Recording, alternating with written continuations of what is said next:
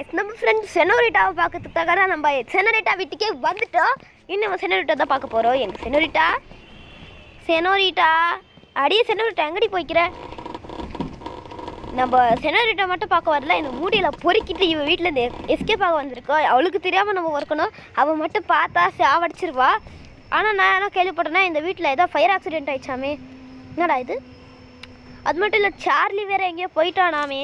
செனோரிட்டா Charlie எங்கே போயிட்டா? சொல்லுமா, எங்கேக்கிற? ஐயோ செனோரிட்டாங்கிறா. அவள் வந்து நம்ம பெஸ்ட் ஃப்ரெண்டு. அவன் நம்ம பார்த்தோன்னே ஓடி வர போனது ரன்னா.